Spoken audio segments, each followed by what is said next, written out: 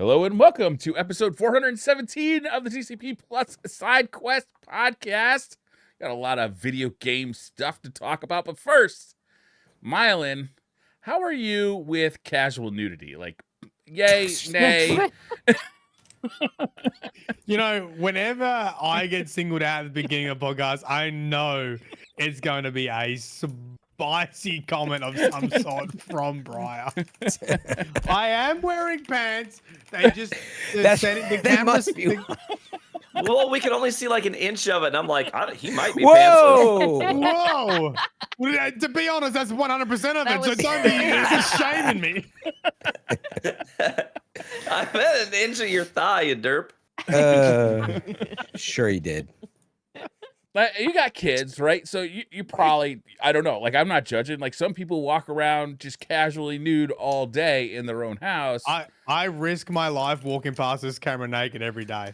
And I'm like, I get very nervous. Especially with Elgato, Myelin. They might be just seeing Elgato those is pictures. watching me.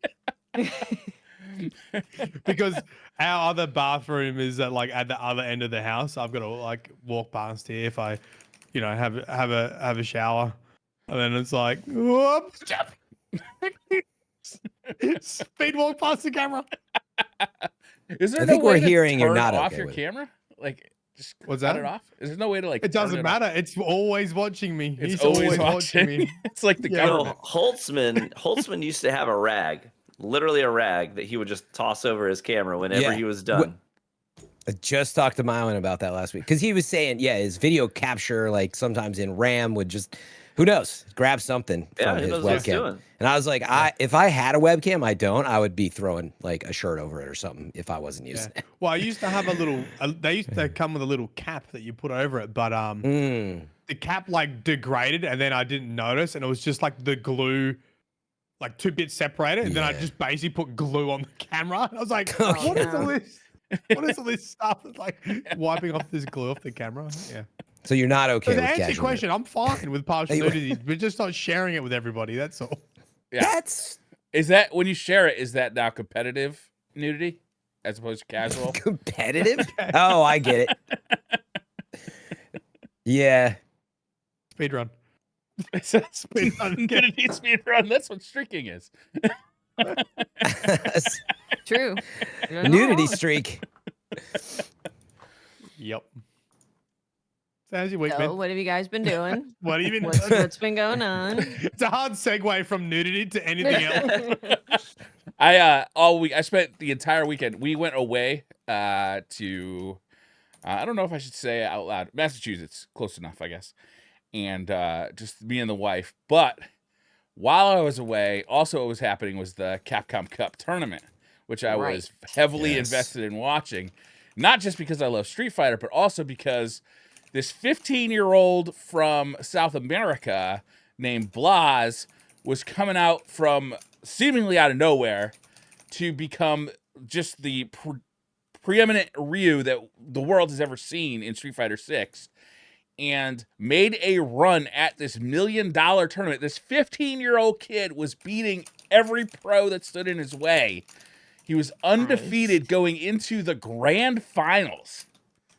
That's wild. Yeah. Wow. It was unbelievable. It was an unbelievable How did he tournament. finish? $1 million? $1 How did he million finish? was the grand prize. Check this out, though, Myelin. Guess what you get for second place? $10. Set of steak knives. $100,000. So you're basically playing like a match for $900,000. That's kind of crazy pressure right there. That is crazy. Like, Wow. Is this kid just naturally talented? Is there a backstory here? Do you know? it was kind of tough because he literally came out of nowhere, seemingly. I mean, I'm sure he's known in his region, but it's not like a well-known Street Fighter region where the way Capcom Cup works is they have these like regional tournaments all around the world, and if you win that tournament, you're into the Capcom Cup, and then this year they fly you out to Japan, and you compete in the Capcom Cup against, all the winners of these tournaments around the world. So there's 48 of the best players in the world who all won a tournament to be there, playing for this grand prize of $1 million. But So you could he's have out of like South a America. not very competitive region and like Not through, necessarily I not guess, a competitive region, easier. but not one that me as an American is paying attention to and knows the players Right. of. It's not like Japan Right. where I know all the players in Japan because, you know, you just know because they're Street Fighter players, and Sure. a lot of them have been there for the last 15 years. You know, like in that scene. I had no idea the money would be that much for something like that. I don't know. Yeah, it's crazy. Street isn't it? Fighter like kind of blew up and it got really popular. And then yeah, the prize money went crazy. Okay. Yep. So did he win? I don't know if I should ruin it because it's so fun to watch, but I'll say it. No, he came in second place.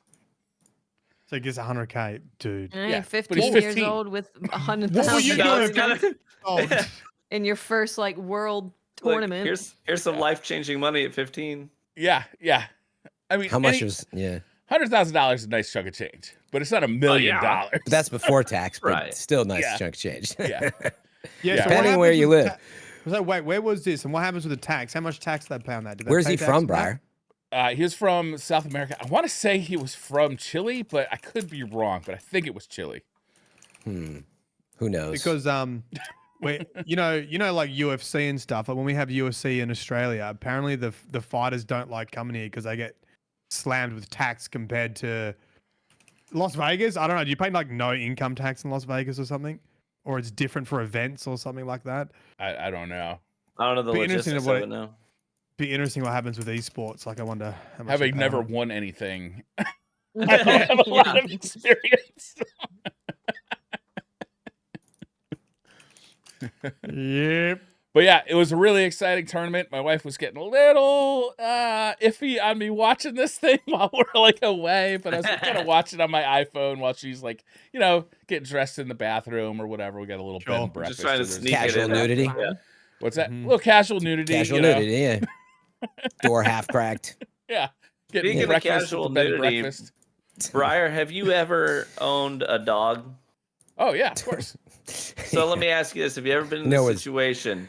It's the middle of the night. You're in nothing but your skivvies, Yeah. and that dog like wants to go out, or for some reason there's something that you need to go out of the house for just Yes. a Got to moment. take the garbage Yes. out, or Do you brave it in your skivvies and just hope no one's out and about? I will Or say do you my put my something views, on? my actions about this have changed over the years. I think as a young man, I had more of a I don't give a fuck attitude about this kind of thing. Yeah. And as I've gotten older and fatter, so before it was more competitive nudity, like you yeah, talked it was about. competitive. Definitely a competitive. Before it was like people probably la, want to see this. You can't get this. You can't get this. You like dart out, dart back in. So I I mean, there's nothing more Australian than walking out in your undies, putting the bins out. Like I think everyone does that. Yeah. These days, though, like especially, like I feel like the last 5 years, especially, like with all the ring cams and stuff, like you're going to be good point. somebody's notification, so Yeah. you're gonna that you have like I would assume everybody thinks about that if you're in a neighborhood. I mean, you should be probably. I've never thought about that. Well, if you're in a neighborhood, you're 100%. I've like, never thought about they're that either. scrolling through their and they're like, yeah, there's I don't Myelin in his think ring underwear. cams are as popular in Australia than they are in America. Like they're They're popular, but everywhere. Everybody's like got them here, yeah. I don't Because know, like, Amazon theft is super popular. So like they- suburbia, so- Yeah. like suburbia Australia, like the front yards are so big. Like I don't think any of the cameras would see me Mm. from any of my neighbors, just with like how they're all positioned. Maybe they can. Maybe- soon. Hey, look at dude. I like You're like, I- oh, there he yeah. goes again. Yeah, I mean, I I just- started out with just the doorbell, but then like they've got all the other attachments and devices too. I've got several cameras now because I upgraded my system when I referred to her as the poop bandit. But like these little bags of poop, of dog poop, just started showing up in the neighborhood. God. They'd like throw them in Told us people's about bushes. Yeah, I think I've told Are you about it. Yeah. serious? So someone was scooping up their dog's poop in a morning walks into bags and then throwing that, instead of taking that bag with them, they'd throw it like at your doorstep or throw it into your yard or whatever. That's That's so so fucked degenerate. up because they're taking the time to pick it up and Yeah, bag That's it. what I'm saying. That's why I like I my- was like, picking it up. I was like, this yeah. person is a psychopath. Like, I have Yeah. to find out who it is. And so I did. I like calibrated the new cameras. I put it under the awning of the house. So it wasn't super obvious. You know, it was like, and I like dialed in the range. I was like, I'm getting the sidewalk. Yeah. And I found out It's who more. it was. That's And I more called her out. malicious Then You just called her leave. out? What'd she say? Nice. Yeah, I said, because I saw it, so I ran out and I was like, you gonna take care of that? And she's like, oh, I was just gonna get it on my way back on my walk. I was like, no, you gotta get it right now. They threw it in I was your like, you're not yard. leaving my. I was like, yeah, you're not leaving until you pick that up. That is What a amazing. weird Like a thing to weirdo? do. I know. There's so much. It's Yeah, this so is so weird. similar to. There was a couple episodes of Curb Your Enthusiasm about this type of stuff. It's 100% the case. I love that shit. It reminded no, me of the you- one where you- like, well, Larry I was just gonna- wasn't washing his car, and then somebody in the neighborhood wrote like drew a penis on it or whatever, and then like it started to escalate until they finally figured out who it was. Yeah, I mean, you carry your dog's poop with shame like everyone else. Like that's what you have to do when you have a dog. So yeah, it's like one of the first things that you're expected to do when you get a dog. It's one of the Yeah. basics. We're lucky Yeah, we I have was- just a backyard with a fence, so we just let that dog out there and let it rip. you know? Compost. Yeah. Landmines. Yeah, so that's our else? poof talk for the day.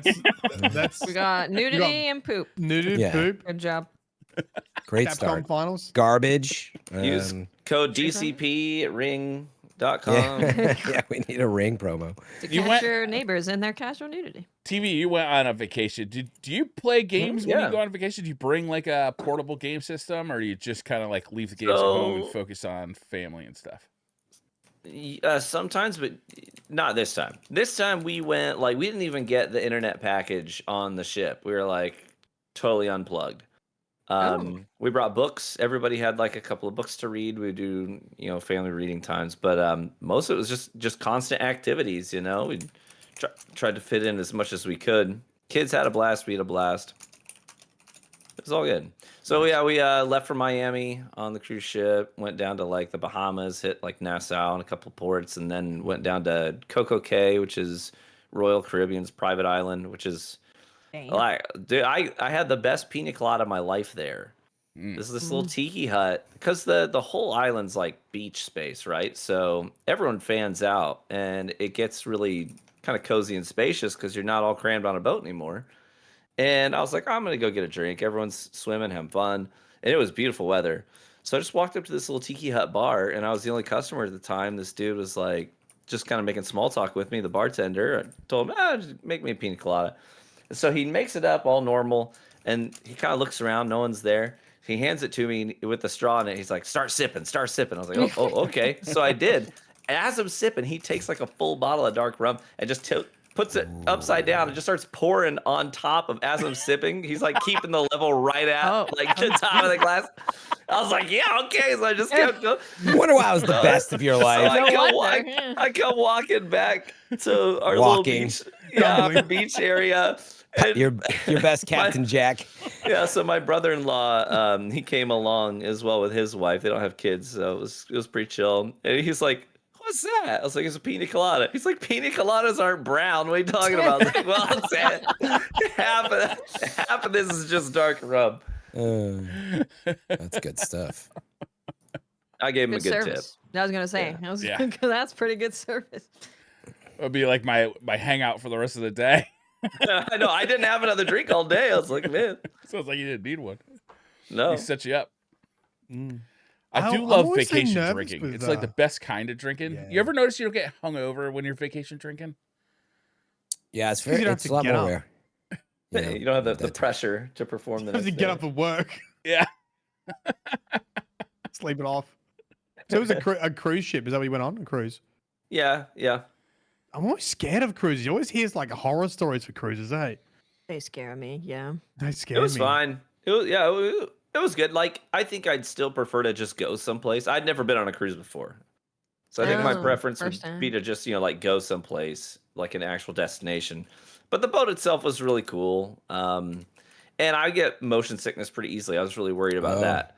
And everyone said, you can't even tell you're on a Adrenaline. ship. Really? But I could definitely tell it was on a ship. So the first day was kind of choppy. Like, it's doing this whole thing where it's rocking left and right, and you're trying to find your center of gravity. And you look out the window and you see water, and then you see sky out that same window, and you're like, Oh, wow. that's not doing me any favors right now. It's rocking that So- much. on the first day it was, and I was worried. I was like, if this is what it's going to be for the next 5 days, I'm not going to make it. But then after, I mean, it was only for like 2 or 3 hours. It was like that, and then it calmed down, and for the rest of the whole time, it was perfectly smooth.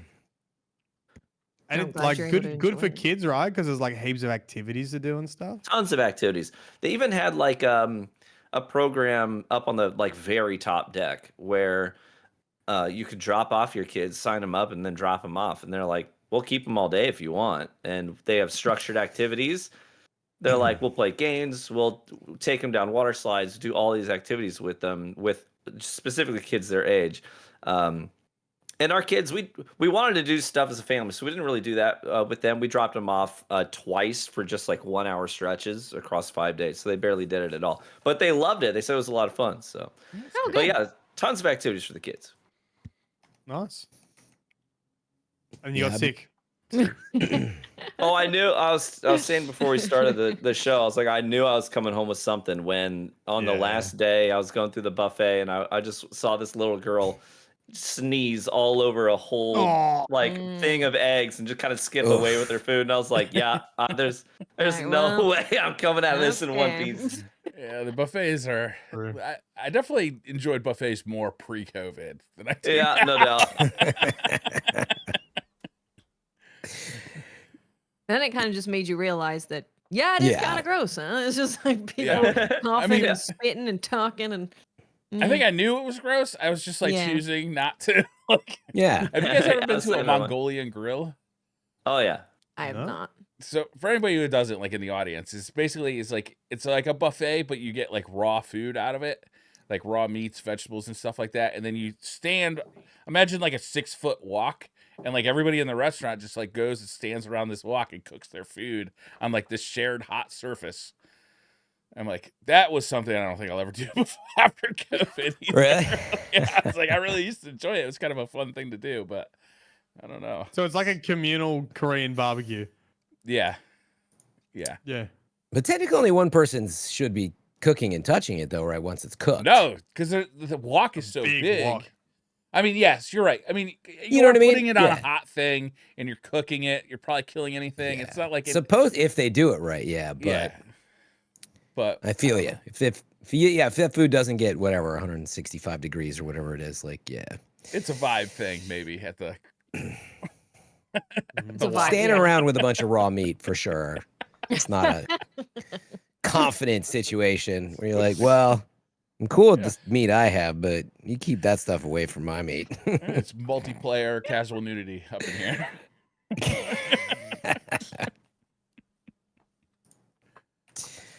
How many hours you have with Monster Hunter now, Watts? I 2,000. am at 117. Wow. Ooh. Okay. It's not that bad. It's not that bad. Is that, Yeah, is but- I that wanted just to ask your you like about that. post launch character? Post-launch character, I think, is at 85. Wow. Still.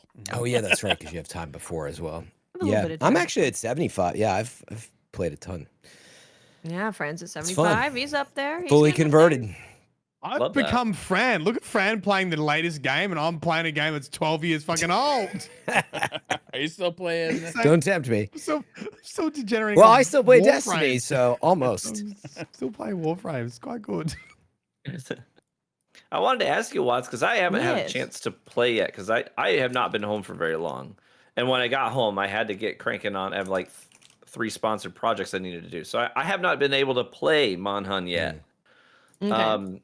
But my neighbor has been playing it. And I was just chatting with him tonight. And he said, because he's been a lifelong fan of the series, he was like, oh, it's just okay. Like, I feel like they dumbed it down to make it more approachable. It just feels like Monster Hunter Light. And I was like, oh, I hadn't heard that. That's quite the boil down. Is there any merit to that? Because I haven't really been a part of the conversations about it since it launched. Yeah, it's I wouldn't say dumbed down. I would say but I mean that's like an easy way to put it. It's been very streamlined. Mm. And this game Yeah. was clearly created to be like, we want to get more people into the game, and we want this to be like a really good starting point for brand new players because we're expecting a lot of new players to start playing. I would say that this does happen every single game, but they're also not wrong about things being streamlined every game. Because, for example, in Monster Hunter Generations Ultimate, you had pickaxes that were consumables and they would break when you would mine for ore. You had and the things, what the sharpening, what the whetstones. Whetstones were also consumables. Everything could break. You had to keep up with everything. You also, when you crafted like potions and stuff, there was a chance that it just wouldn't work. So nah, vibe was off. It just wouldn't work sometimes. Yeah, that's dumbing down my game. It's like I want to fail. So when you think about like that, right? That's where it was in GU, and World got rid of a lot of the consumable stuff, and then Wilds kind of made it even more streamlined. It's definitely a fair thing to say. Okay. Yeah, I just say it's boiled down though. Like I totally get the sentiment, and you immediately knew what they were talking about, obviously, Watts. But it's like to say that it's what they say, dumbed down. You know, like the game is still very complex and like, you know, but comparatively, so I think streamlining is a much more objective way to put it. You know what I mean? It's like, streamlined. It's like where you want to spend your time, right? Like, yeah, you spent over 100 hours. And so like if the perspective is, well, I really enjoyed, crafting whetstones for 700 hours, which there's absolutely merit to. I mean, I didn't get a chance to play that. I didn't know that. But coming from World, it's like, you know, you're not sniffing a track every like 2 seconds. You have, I mean, I do think the big thing that probably stood out to them, I'm just making an assumption, obviously, is the sacred. Like being able to just hop on a sacred and not pay any attention to where you're going and auto track. And then like, it also adds a huge amount of accessibility where you're just like, dude, I'm just going to run around this monster. It's a lot easier to like get away, sharpen your blade. Some folks were talking to me about, because I used to love speed sharpening, and they're like, I don't even bother with it anymore. I just hop on the sacred, right? You don't need it anymore. So I mean, there's stuff like that, but it's definitely not like, you know, meaning I never played much of Rise, but it seems like, you know, that was meant to be a little bit more narrow, right? I never really got deep into those mechanics though. Watts, was that more of a even more streamlined than something like this? No, I don't think that was more streamlined. I think it just was less open. The biggest thing with Wilds and like some of the things that maybe I would like to change, that the biggest TLDR is that in this game you're pushing for stuff that you want, right? Like you want ingredients to cook, you want that material from the monster, you want that decoration, you want that part. And the game doesn't really push back and go, well, you're gonna have to try a little bit to get it. They kind of go, sure, have it all, take it all, have whatever you want. It's like really doesn't take a lot of time to get everything that you want. So if Wilds was the exact same that it is, but the investigations that pop up that guarantee you like a ruby or something like that were a lot more rare. If you had to actually go out and find cooking ingredients for when you're making your meals, if there weren't as many decorations that could drop from each investigation, you'd have the exact same game, but it would take you longer to make the builds that you want to make. You'd be spending longer like doing runs where you're going and grabbing ingredients, right? Because you need to craft more things, you need to cook more food. So I would like to see some numbers tweaked a little bit. The biggest one, I'd like to see monsters just have more health in general. I think more health would be really good. And then I'd like to see the game push back a little bit. I don't need my pickaxe to break when I'm mining. I think that was a great change in World. I don't think you need that. But yeah, having the sacred just automatically be able to go to every single monster, whether you've seen them or not, was a bit weird. It would be nice if you could at least do a little bit of tracking before the sacred can, you know, just auto go there. And I'd having like to not see played the game, Watts, it almost sounds Yeah. like you lose some of the exploration value by having it just auto track it. Yeah, I think you do. Yeah. I understand why that's there, but Yeah, you do lose a bit of the exploration, and what Monster Hunter is this really like thin line of balancing, right? Because in World, people played that game for 6 years, and some people never saw a decoration that they wanted drop. It never happened. And then you have Wilds where you can get pretty much whatever you want quite quickly because they've made it able to be focused on so easily.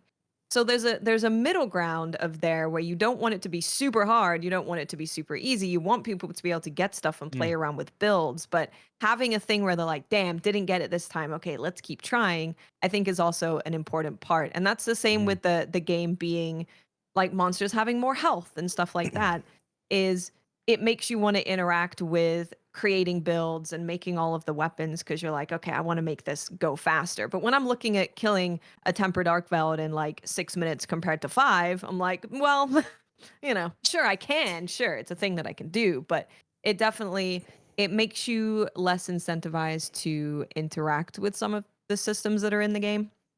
So I think Yep. I think that the foundation of this Monster Hunter is incredible. Like the variety of the monsters is really great. The worlds are really beautiful. The weather system is really cool. I also really like the systems that they have with like investigations having a guaranteed ruby and decorations, you being able to focus on the decorations you want to try and get. I would just like to see some numbers tweaked a little bit. Like maybe the investigations that drop a guaranteed ruby are only on like really difficult monsters and they don't pop up that often. Because in this game, what you can do is you can save investigations as well. So if you see like a Rathalos that has a guaranteed ruby, you can add that to your investigation. You can do it 4 times in total if you choose to do it right then and there and save it.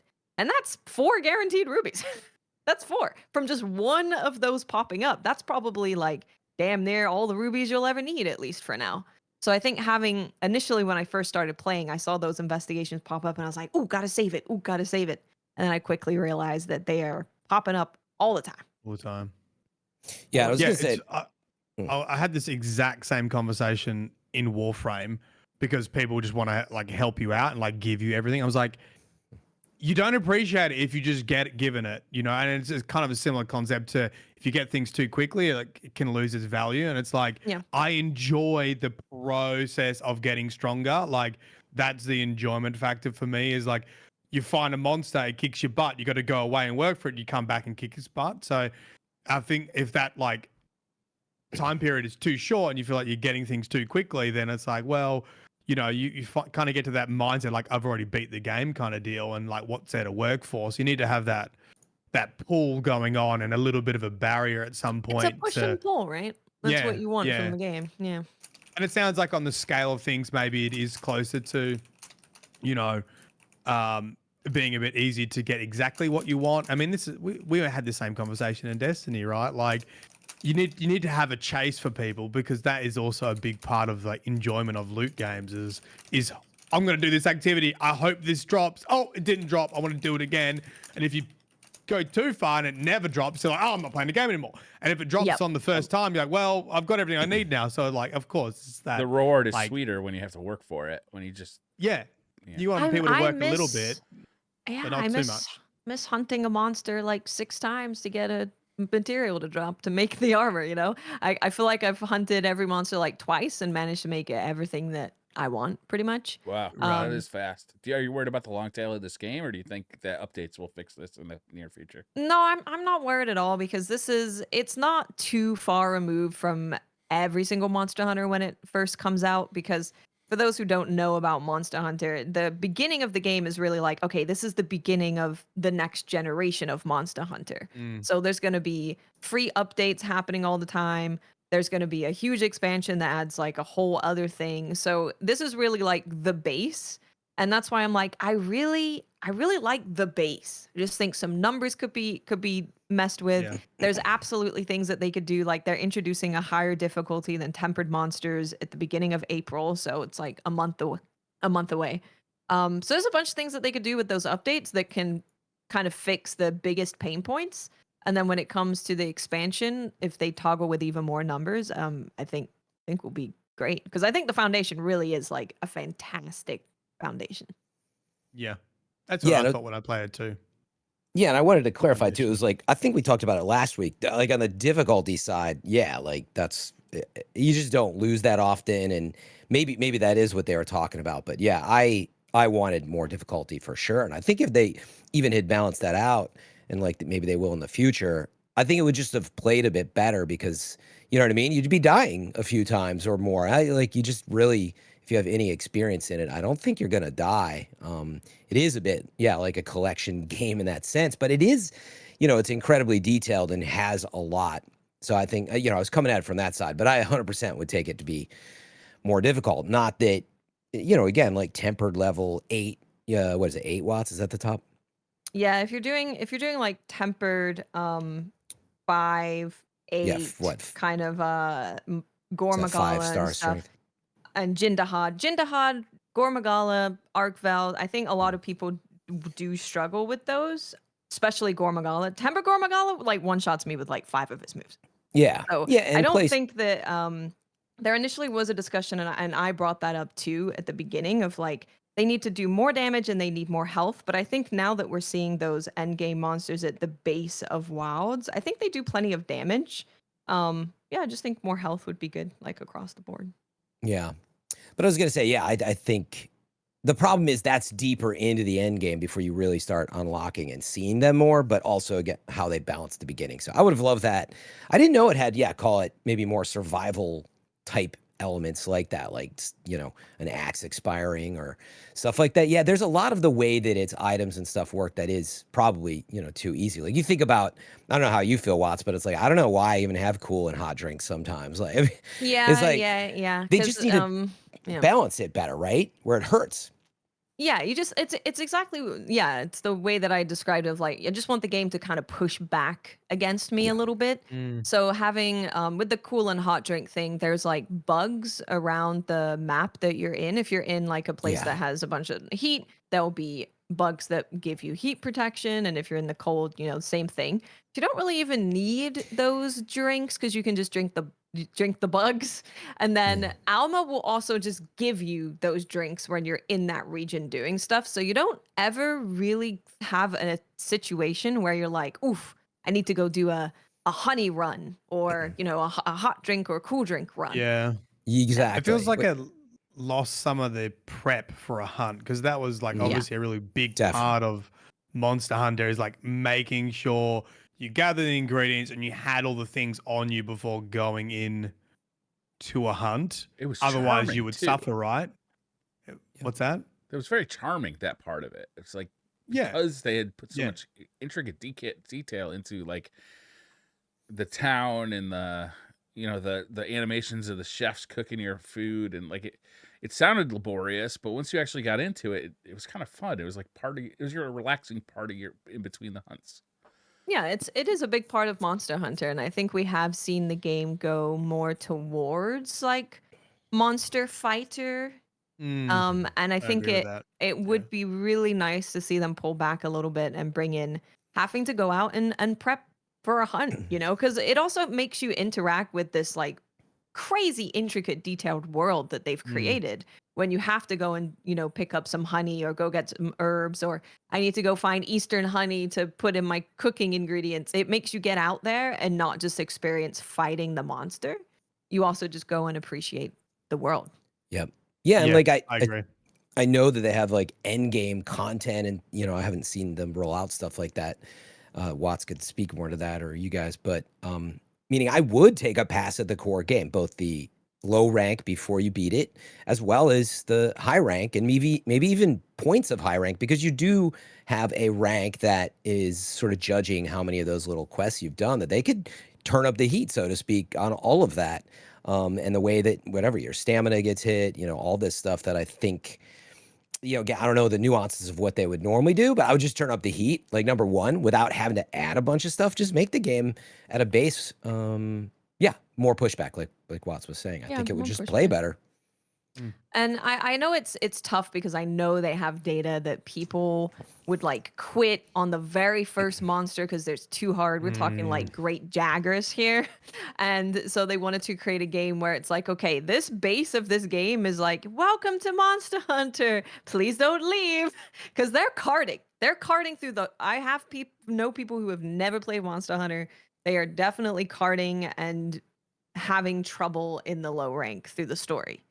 So now I'm hoping, really hoping, and like the Capcom team really, really takes criticism and feedback to heart. They always have, and they are very receptive to it and will change things like immediately. So I'm not worried about it. I'm just hoping that their initial game plan was, okay, let's make, the introduction for these people kind of friendly and inviting. And then with the title updates and with the expansions, we are going to push it harder. Because they also did say they want people coming back and playing this Monster Hunter more than any other. So it makes me think that maybe they're going to have, some more scattered updates to add stuff and bring people back. Yeah. Yeah, it's always a tough balance. It's weird though too, right? Like I think the data shows that, and they're right. But then From Software does Elden Ring and it sells 20 million copies. It is also the easiest Souls game. Yeah, I guess. Yeah, I guess. You can make it super easy. But like I just don't think that game's Briar's not super easy though, is like you probably can if you're looking up stuff and finding, guides and, stuff like that. But I think still, Fran's right? Elden Ring is the base. Elden Ring is a lot harder than base Monster Hunter Wilds. I guess is your point. Well, there. I'm Like, just you can saying, have a pretty more difficult game and still do well. My point was more that, yeah, exactly. You can have very difficult, even marketed games, because I don't know how far those people got into those games that bought it either. Like that's another thing that the data that we don't have. But anyway, I guess my point was like, I think there's usually more room than the data shows, and you have to push gamers. That's how we got to where we are today. Yeah. And you see, it's weird, right? You see people like, man, I love Rust, and like this casual quote audience is playing. I haven't played Rust recently or much, but like it's a survival game, right? And Tarkov even, and you get this mix of players. So I just think they need to turn up the heat a bit. And I would also say that, like, look, if they already had announced they sold 8 million, they probably have sold 10, and like, just turn up the heat now. Like, you've already, you know what I mean? I don't think you're not going to sell your target of 15 to 20 mil just because you like turn up the heat a bit. So it would just be nice to see if they could react a little bit more quickly, test those waters, and then, of course, with title updates and stuff, who knows? Maybe that's already the plan. I don't know. It's an interesting direction to go too, because I do feel like there's like the general like games I feel have gotten harder over the last like 10 years. They've been kind of tipping in that direction, and I feel like gamers have overall, not everybody, but a lot of like the general like wave of gamers has said, yes, we want these games to be a little more difficult, so we have to try a little harder, we have to get deeper into the systems, we have to like we do have to like do a little bit of thinking to kind of interact with these games as opposed to just breezing through like a like a Last of Us experience. Yeah. Yeah, and I would just finally want to say again, I just really applaud them I really just think they have the perfect setup for it. Like the story, low rank, does not make you do like tons of stuff and drag it out. We talked about it on last week's episode. I loved it in 15 to 20, 25 hours, depending on how you play. Like that's just low rank. And so you can sort of like treat that as your entry point. And then, everybody who wants to stick around and see new big monsters, et cetera, it's there for you. But I think you'd be surprised that there's plenty of people that are, quote, casual and just they were carding like Watts were saying, like they may not play past that anyway. Yeah, I think that's the other thing, Fran. I totally agree. I think at some point the game is just not going to be for that person. And the people, I mean, the biggest feedback that I saw when new people would come in and watch Monster Hunter, or like when we were playing World or Rise, is wait, so you just hunt this monster for 40 minutes and you have to fight this monster like 5 times and it's 40 minutes each time. So, and look what we got, right? Shorter hunts. You don't have to farm as much. And that's kind of what we ended up with. But I think those people, I don't know. I think I'm not being gatekeepy, but I do think at some point you have to say, maybe this kind of game isn't for you.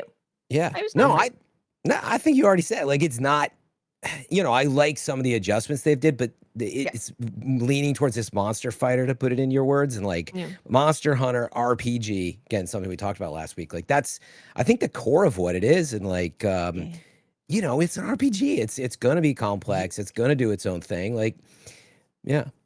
And maybe that's where the pushback is, because now you like phrase it like that.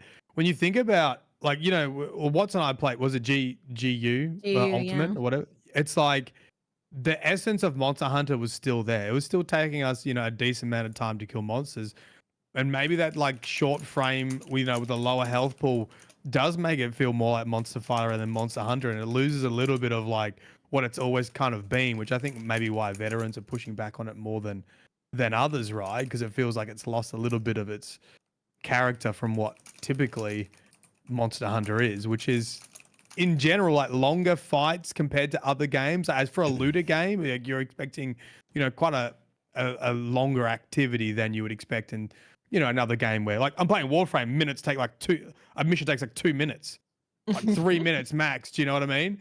Yeah. It's like it takes Yeah, longer to it's load not- in than it does to like finish it. So and that's what those players want. They're like, we don't care. We just want to run through as fast as we can and be as efficient as possible. But Monster Hunter is not really about that. Like, it's also part of the experience of the monster, the preparation for the monster, the fight with the monster, and then the loot is, that additional thing that you're also going for. So Wearing parts of the monster on your body as fashion accessories. yeah. The fashion is great because in high rank, every armor you make turns into layered armor, so you can do fashion stuff real good, real early. Nice. Yeah. I've already seen some really, really impressive looking hunters that people are posting. Oh, you watched my stream? Nice, thanks, man. Wait, you stream? No, bro? I did. Ouch. I've got another controversial topic that I really want to hear Watts' opinion of, for someone on the inside, because I've been seeing these YouTube shorts and TikToks come up, and I'm interested in your thoughts on it. But like the rules of Monster Hunter, like I've seen people post like a short, and I'd be like, kind of explaining people's roles if you join a team and you join a hunt, like where you should be and what you should be doing and that kind of stuff. And there's looks like a very big divide, which is like, bro, chill out, like just hunt monsters, have fun. And then another like portion of argument being, well, yeah, like you're meant to be working in a team properly, like it's good to know what these things are for new players. And then like another one's like, well, this is just gatekeeping now. Have you heard this conversation, and what do you think of it? I know where it comes from. So in Wilds, you can't really interrupt your teammates, right? In every single other Monster Hunter, when you would be like all attacking the head, for example, you'd have the longsword like smacking you everywhere. You'd be falling over. You'd be throwing up in the air. That doesn't happen in Wilds. So part of that thinking is to do with you had to have this multiplayer etiquette in older Monster Hunters, because otherwise you wouldn't be able to move. You wouldn't be able to do anything. So it's like, yes, the hammer is better at smacking the monster in the head to get the KO. The longsword is better at hitting the tail to cut the tail off. But it also worked as a way to get out of each other's way, so you wouldn't, be pissing each other off. But there is merit to it in Wilds in that, yeah, like a hammer isn't going to be cutting off a tail, and a longsword isn't going to be doing as much on the head of a monster. So I think if you're working in a team and you're like, we want to break as many things and we want to get as many parts, then it would make sense that a new player knows that, hey, if you're using like the longsword or charge blade or whatever, maybe you go to the tail to cut that off. If you're using the hammer or the hunting horn, you go to the head to knock them over. I don't think it's bad for them to know that. It's definitely like, yeah, who cares? Chill out. But it's also a nuanced discussion too. It's not, I get it. It's like, you knowing what your weapon is strong at is probably not a bad thing. Oh my god, I wish that was a TikTok. Well, that's a great explanation. I get it now. Great. Just clip that right there. Put that short. Chiming in on the conversation about etiquette, because I think from an outside player point of view, like I would definitely lean towards like chill out, like when you start making like etiquette and rules in matchmaking like that. But now that you've said it that way, like I kind of get it as well. So I'm like much more likely to try to do that and understand like the history of why you would have like different positions rather than just do whatever, Yeah, that was a huge thing, and it was a part of hunting was learning where you want to be for that's most optimal and not to hit your teammates everywhere. Right. Well, I thought there was gonna be more juice. Now you explain that real quick. Yeah, but that's the difference, though, right? Is there's nobody like where are they encountering these players, right? Are they randomly matchmaking and expecting them to get an explanation like that? You know, like that's the problem. If you're expecting to get that, you're like, what are you supposed to do? Either you're gonna have to, you know, set up a special hunt, and I guess you have what, in-game chat, either comms or text, you know, that you could talk it out. You're like, before we go. But I think without it, yeah, like to expect people to know what you just went over is very elitist. On paper. I'd never heard of it before because I haven't played much co-op. So, oh yeah, there was some talk about capturing monsters too. I don't know if there was like complaint with people like capturing they should have been killing. What's the deal now with capturing? Is it the same as World? Is there something different about it? It's kind of hard to tell. When you capture, you do get materials just like pop up right away. Yeah. And it's like the same amount of materials that you would carve off of the monster. So it kind of almost feels like you're doing it to get the hunt over with faster, or like if you know you're about to die, you're like, I'm not risking this, and you capture the Right. monster. But you Yeah. do still have the situation of like if you're looking for a gem, for example, you want to carve because you have more of an opportunity from carving the tail and carving the monster. and there's even like Right. part knockoff sometimes too, right? Like where that alone has a chance to give you something, right? Even Every time without you break carving it. apart, it gives you a Yeah. monster material. Right. So meaning even if you can't carve something, you might want to take that extra time to break a whatever it is. I mean, I was thinking of Jin to Hot on that one, but anyway, Okay. yeah, for me it was funny. I was waiting for somebody to I kept asking because you know everybody taught me World, and I was like, okay, you want me to capture all the time? I actually didn't want to do it as much personally. I do think it made more sense for time then, and so you know you're getting more materials as I understood. And then now, yeah, Watts, like I've been waiting for you to show up and be like, how come you're not like capturing this one for that? No, like You know, nobody's the saying one that. time that you do is so when the village feeds you, one of the villages will give you Carver Pro, one will give you Capture Pro. If you have the Oh, perk Capture Pro, then you want to capture because you get more materials from capturing. If you have bonus. Carver Pro, you want to carve because it gives you more materials for carving. Okay. That's a pro tip. I'll have to look for that one. Yeah. Otherwise, I was like you said, it was usually when I was on my, you know, about the third card on something. I'm like, you know what? I've been doing this 35 minutes. I'm not going to be a hero. It's like, if I can capture this thing, I'm going to leave. And honestly, that feels good in that situation. I actually like that, where I'm like, you have a real strong reason to capture because you're a coward. It's very rare for me that I just make that clear. You just wait, Fran, until you Oh, I fight the know. hard monsters. You just wait. Yeah, I'm still doing They're a lot of coming for you. tempered 6s and 7s, not many 8s yet. But yeah, no, Monster Hunter Wilds is very, very good. I think it's a great game if you want to learn other weapons too. So if you get to the point where you're like, I have made my main weapons build, I got all the things that I could possibly need. It's a really good game to try and learn something new while you're waiting for the title update. Yeah, I mean, maybe just on that real fast ones. I feel like last week we started off so much talking about like the, you know, well, the PC version is blah blah blah. And now this week it's like, is it dumbed down? And you know, obviously everybody is saying like it's an 8.5 or a 9 or you know, what would you say for you? Sure, the game has changed, but as I understand it, you love the game. What makes it so great for you? You know, if you had to just go over like, why do you love it? I think the combat is incredible. It's super smooth, really fun. All of the animation work on the monsters, the endemic life, everything. Just across the board, animation work is incredible. The music is Yeah. probably the best that the series has ever had, and this is a series that has incredible music.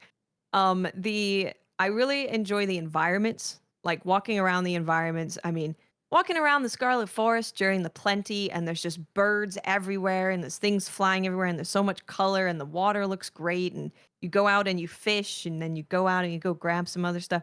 That is amazing. I love that.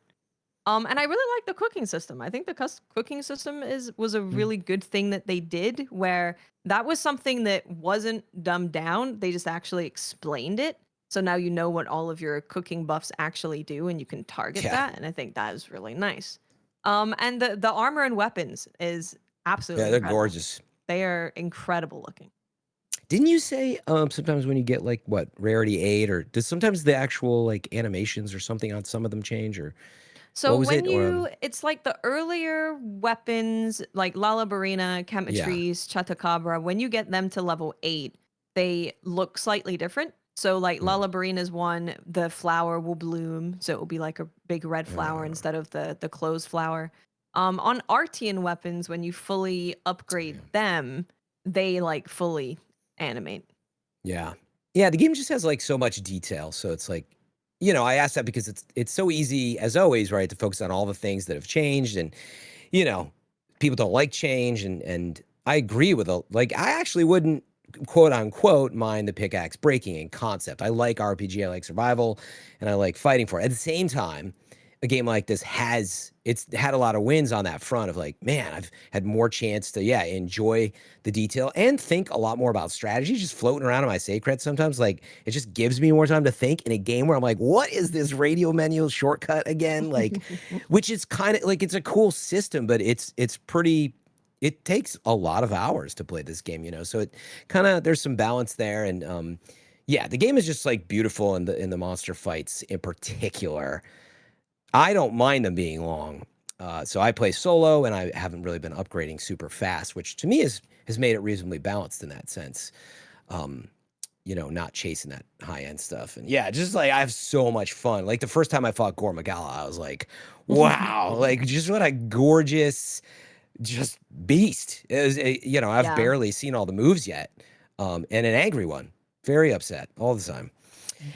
So yeah, I still have so much to see and learn, you know, even with all those other little things. And I've played 75 hours, and that's a lot of depth. But again, I know some people are looking forward to playing like 700 hours. So yeah, it's really incredible, and it's, you know, it's like when you go fishing and you're reeling in a big whopper and there's a woodwood standing next to you fishing, he'll stop fishing and start cheering you on. Oh, really? when you use photo mode, there'll be a little Big palico fish. that shows up and like draws in front of you your picture.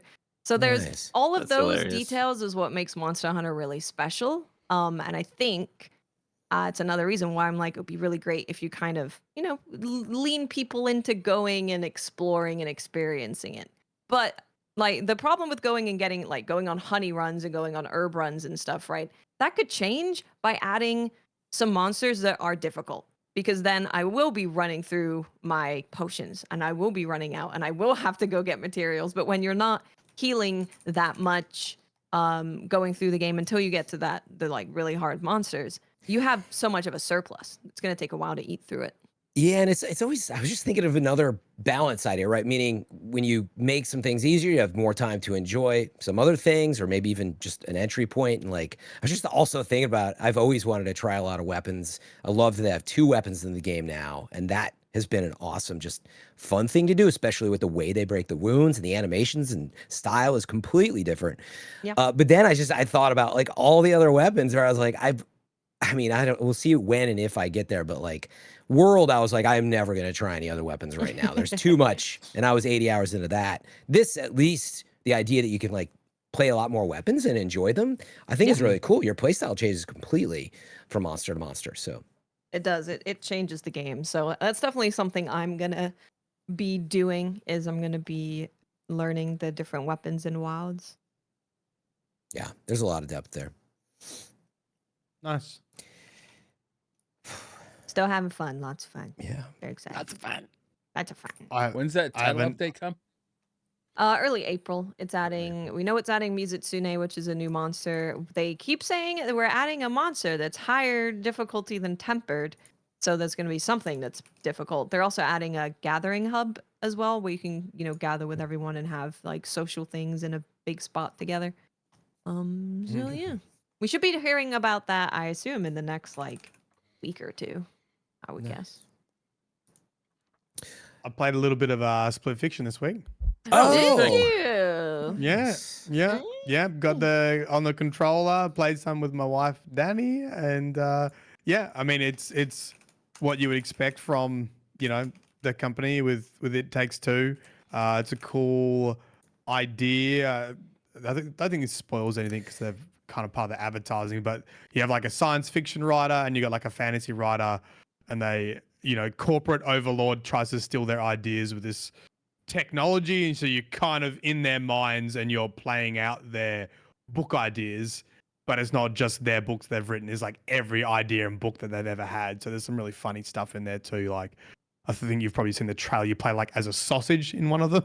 There's a bit of a lead up to that, but like you have to cook yourself on a grill and stuff like that. So some of their ideas are from like when they were 10 years old. So it's just completely blank canvas to just do whatever you want in the game. Play as dragons, have fantasy stuff, and yeah, all the classical kind of platforming, puzzle solving things, you know, with the co-op games on a split screen. So yeah, haven't played a huge amount, but it's been fun. It's been good.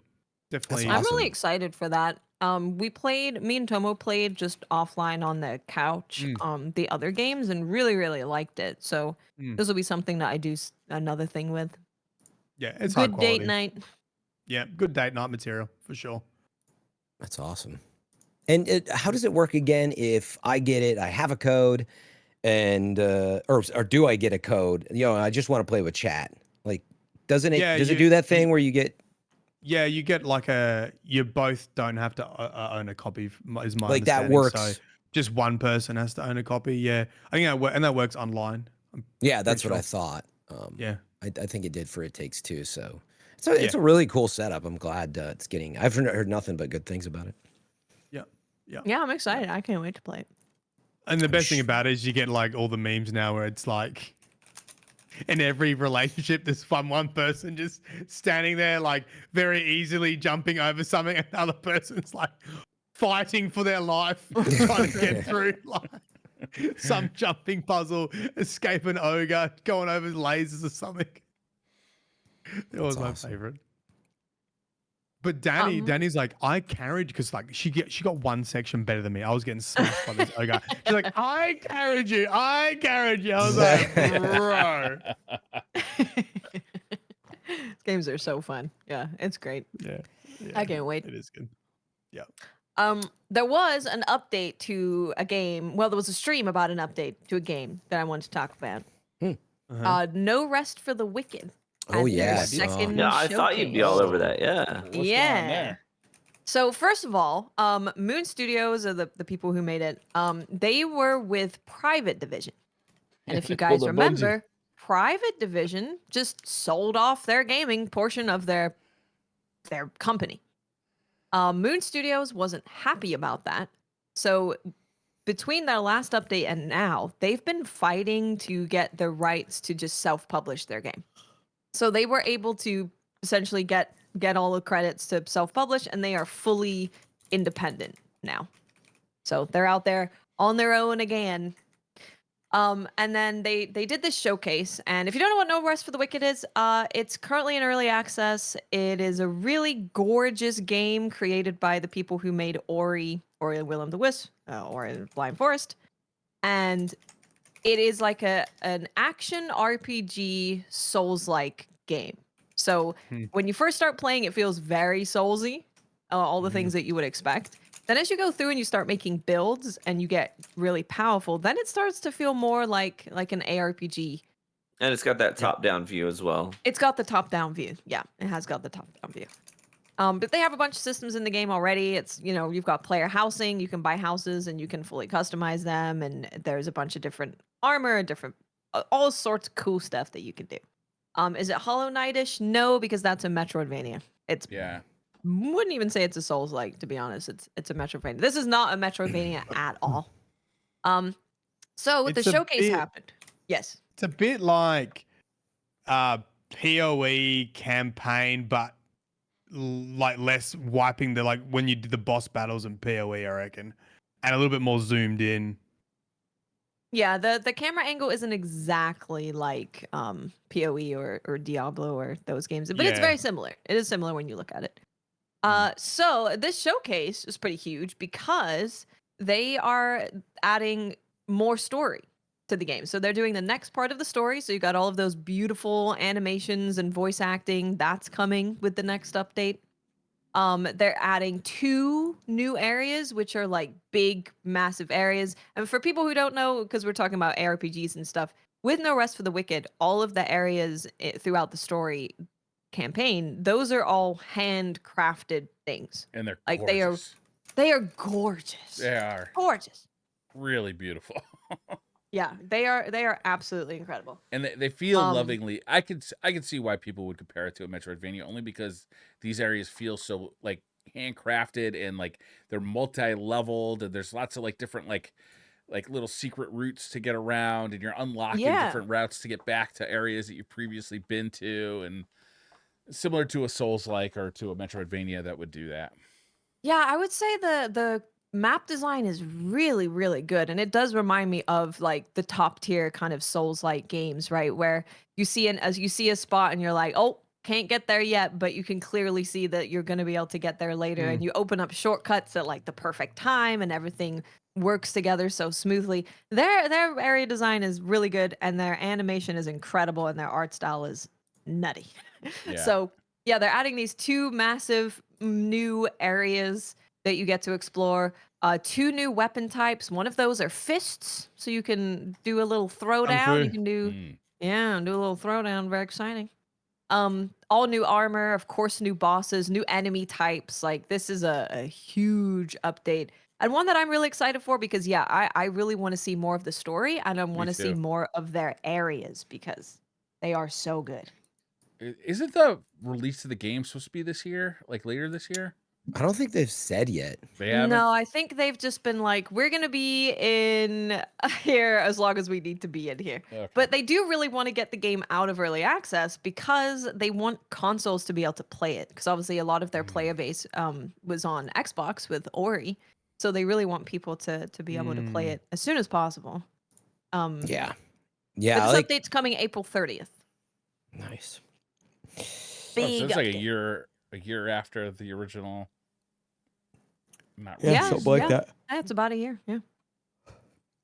I'm excited. Yeah, and I'm definitely gonna sink more time into this now that I know there's more story. Yeah. I didn't get into the whole. There was like an arena thing that they released. I didn't really get into, but the story was fun. I'll have to replay through the original story though to kind of catch myself back up. 'Cause it's So been a year. you actually have to. So the way they're Oh. doing it is like you still have your character and you can I guess that this is very ARPG-y, where you still have your character and you can like play with that old character doing whatever. But if you want to experience the new story, they really want people to play from the beginning because like obviously a big part of early access is getting feedback. So they want you to experience how the game is from like start to where they're at now with the new story and how things unlock and how the game presents itself to you from the beginning. So That's fair.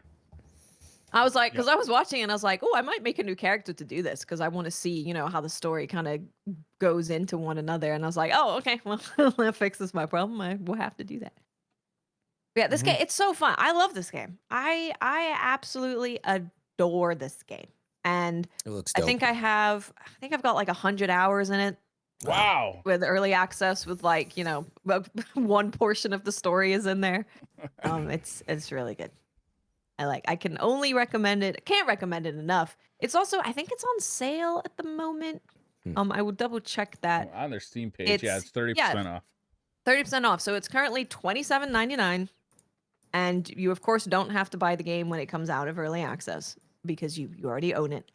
So $27.99 you can play early access or you can just wait or whatever you want to do. Oh, also, they are working with the guy who made the audio for Ori. So they've brought him on board to make audio for No Rest for the Wicked. So there's more like ambient noises you're exploring now. Was he not doing it before? No, he wasn't. Oh, wow. No. Like that's just for this update or in the future? He's just on board. Yeah, he's on board with the game now. Awesome. Yeah, I mean, Ori sounds so good.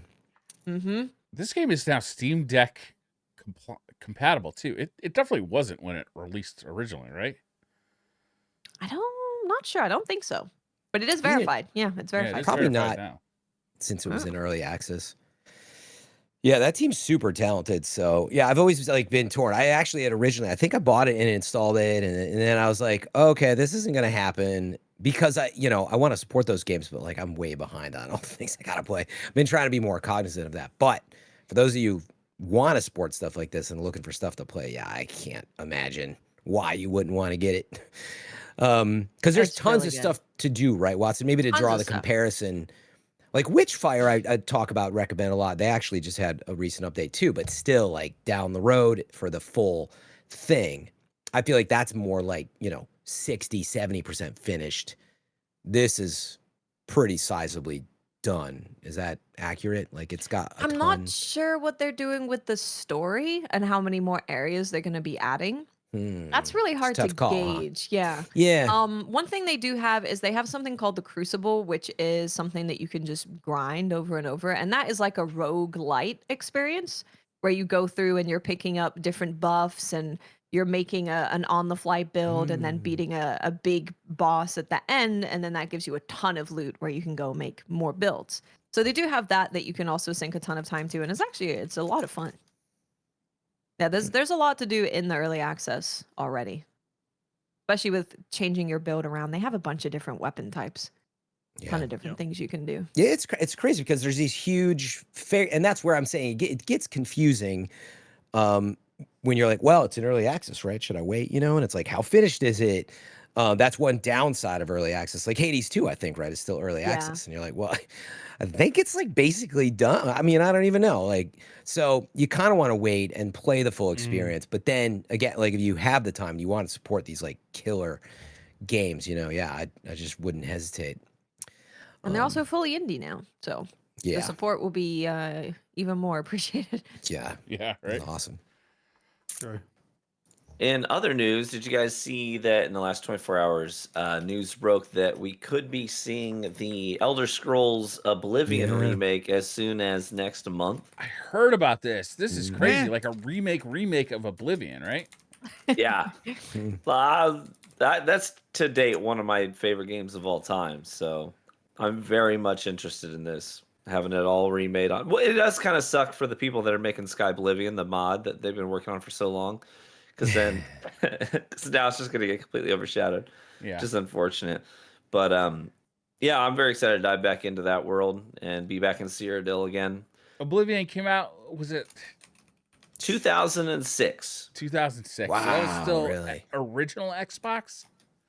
That was 360. It was 360? It came out on the 360. It was the game that made me choose to buy a 360. Wow. Because, like, my neighbors and buddies had 360s. I would play Halo and do the LAN parties and all that stuff. And I was like, man, I really just need to get one, never did. And then I played my buddy's console to play Oblivion. I was like, okay, I got to do it. And then I went and I bought one. So that's what pushed me over the edge, was the game was that good. So was that the one that had Patrick Stewart in it? So it's, yes. And it's got, oh my gosh, why am I spacing on his name? Boromir. Oh yeah, that guy's awesome. What's his Sean name? Bean. Sean Bean. Sean Bean, right? Yeah. It came to me. It Come came on. to me. The guy with the what's his name? The guy. Yeah, what's his that name? awesome guy. In it. The There's some awesome big, guy that's cool and handsome and great. You know that guy. It's some big names, but yeah, that game was so good. I'm very excited to dive back I in. never played Oblivion. Tell me what I should expect. You'll be Give us a breakdown. over-encumbered because you're carrying too much stuff. Yeah. Okay. Well, Those games. I think one of the most charming things about it that's very. You played Skyrim, I'm assuming. Like a little bit. I actually didn't play a lot of Skyrim. Like I played it after the fact because everyone was like, "This is the best thing ever." And I only played a little bit. Yeah, Skyrim was basically play how you want to play, and the things that you use will level up, right? Oblivion was way different. Like, you decided in advance. Have you ever played like Dungeons and Dragons or something, Pathfinder or anything like that before? You know, when you're setting up your character in advance for these tabletop RPGs, you have to fill out like a detailed character sheet. You have to sort of think way down the line where you want your character to end up when you're level, 20, level 30. And Oblivion was a lot like that. It had these really crazy detailed like character sheets at the beginning where you could spend an hour or two just sort of really fine tuning. Okay, what's my launching point look like for my character? Because that's going to dictate where you end up, 100 hours into your gameplay. So that system I thought was really interesting. But I do understand why people like the sort of free-flowing nature of Skyrim as well.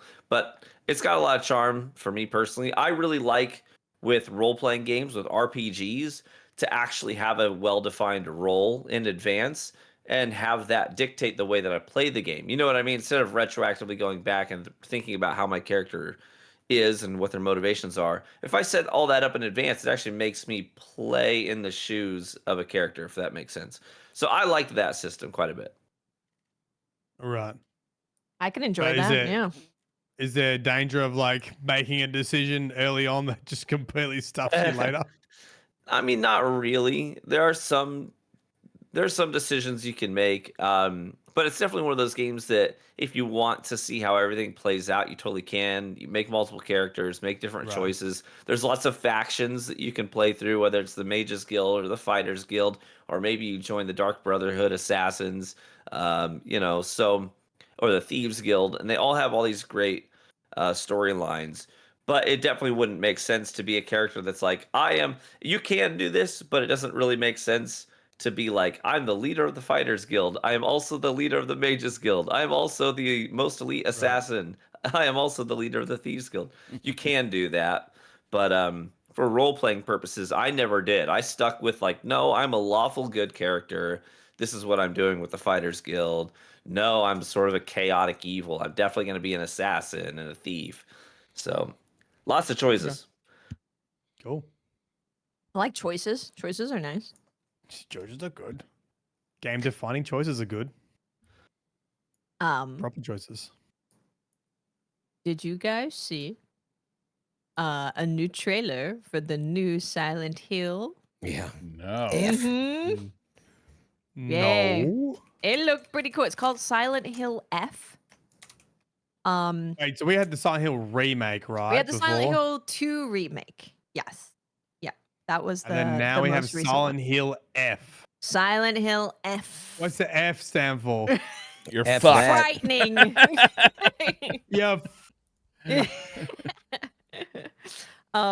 So Peggy this 18. is where you're playing as a Japanese schoolgirl, and the whole vibe of this is very like Japanese supernatural. Oh, Mylin's man. pre-ordering right now. I'll read what actually is this. Can you pre-order it yet? I actually don't know. I if think you so, can. yeah. Can you pre-order? Oh, you can. Okay. You can pre-order indeed. This is being made by Neo Bards Entertainment and published by Konami. So this is set in 1960s Japan in a secluded town, and the fog is here. Do not fear, the fog is here. Can't have Silent Hill without the fog, God forbid. And it transforms her hometown into this like haunted nightmare. So the town falls silent, fog thickens, and you have to navigate the twisted path, solving complex puzzles and confronting grotesque monsters to survive. It looks cool. It's Looks too psychological scary, horror Watts. with Too scary. with This looks terrifying. I'm watching right now. This looks fucking terrifying. They look cool. I really, really like, I mean, of course, I like that they're doing the whole Japanese nightmare yokai stuff rather than doing like Western stuff. I think is nice to see. Yeah, I was gonna say I haven't really played much Oh, Silent man. Hill. No. Did you just see the end of the trailer? I just saw like one of them like Japanese demon that's like jerky doing that. Yep. I'm like, I don't like that. Yeah, I'm the same. Like, I just haven't had as much time for them, but I think iconically, I think of them more in the some whatever Western American town or whatever. It's foggy. Yeah. Seeing all the Japanese like haunting visuals in it. I think it's 1960s Japan. You said 1960s Japan. For whatever reason, I'm like, yeah, that sounds more interesting to me. Yeah. Yeah. Scary. Love the theme. Oh God. So we'll see. Do we know? We don't have a release date, do we? Just got a We wish don't list, have so- a release date.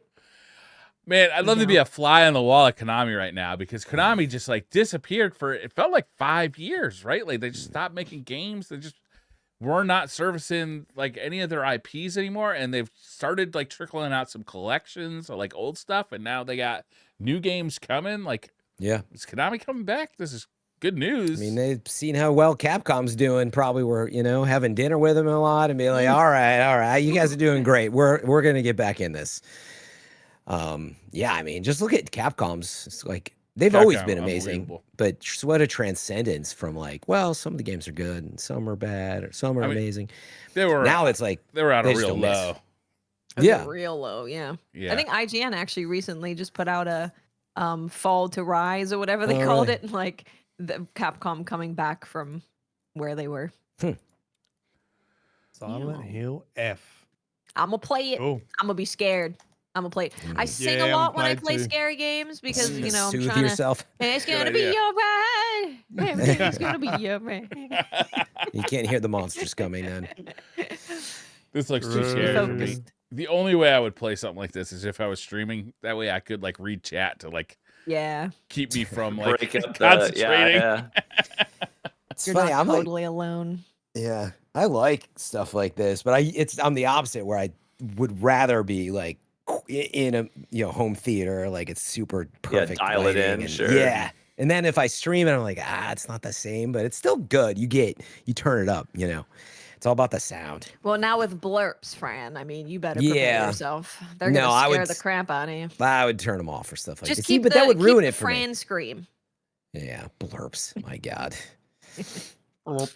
People, but if you're not familiar with blurps, they're like sound effects, soundboard stuff you can play on streams and stuff like that. And a funny one I'll play like playing Destiny is occasionally this user in chat will play the old Peter Dinklage, like Guardian Down, Oh, nice. And dude, I don't even notice. Like having played so much, it just doesn't occur to me. Just a background noise. And then it takes me like a minute. I was like, wait a second.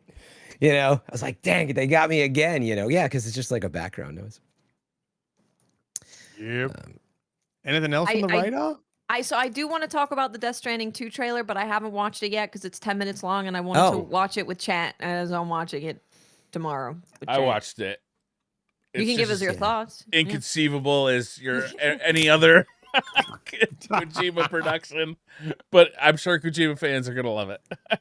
Maybe watch it and we talk about it next week, right? Yeah. Yeah, we can talk about it in detail next week. What was it? Was it Shinobi got a release date? I think Shinobi got a release date. That was exciting news. What is it called? Art of something? Art of Vengeance. Got August Something 29th like that. as a release date. Ooh, August 29th. That's a good release date so far at the moment. Yeah. Is Currently. I'm really looking There's no forward such to it. thing anymore. We feel like we still do the thing where like, yeah, that'll be a good release. And then you're like, nah, whatever. I'm still playing Death Stranding, because I was also playing this in the summer. And then Switch 2 came out. Death Stranding did get a release date. Yeah. What is Yeah. I'll June have to look it up. 25th, I think. Somewhere around June that sounds 25th. right. Wow. I mean, yeah, we're not counting Switch 2. Like, we're a month less than away from that. Seeing more of a lineup, probably release dates, which is kind of crazy. It's like, That's what Hollow Knight's waiting for. Come on, baby, bring it home. Hollow Knight, that Silk Song. Yeah. That trailer's 6 years old. I was just on the internet. Somebody was saying, that trailer's 6 years old now. I'm like, I oh my can't god. believe it. Wow. oh, that's cool though. That Shinobi got the release date though. But that's his all new, original, brand new Shinobi in the style of the old 16-bit, right? Yeah, I believe so. Is that right? It's made by the people who made Streets of Rage 4, so it's got like a similar art style. That's and right. yeah, it's a brand new game, but in the style. To me, it doesn't really look like it's in the style of the old one. Honestly, it looks much faster. The Shinobi games were always kind of like a more slow plotting, like yeah. if Shinobi was a Terminator, it's just gonna walk at you and kill you. But meaning like visually, it is hearkening at least. It's a 2D I mean, I guess game. it's like a combination of that, just animated as well as maybe a little bit. It's a little funny that back up a bit. Shinobi and Ninja Gaiden are both getting new 2D games this summer, and they look so similar to each other. But I'll play both of them. Fuck it, I don't care. Yeah. Of course, you gotta. Very important. Got him. The Ninja Gaiden one, honestly, I'm looking more forward to because that's made by the guys who made Blasphemous, Yeah. which is an insanely good game. They made good stuff. Yeah. I never played that. That's been on my wish Oh, list. it's so for a long good, time. man. It really is good. Because isn't Steam summer games or summer sale or something coming up? There's sales all the time. Yeah, they got a spring sale going right now. There is this thing, yeah. Oh, spring sale. Blasphemous. Yeah. Blasphemous baby. goes on sale all the time too. It's only, the first one's only $4.99. Yeah, I think I've actually got it. I think I bought it at some point. I just never played it.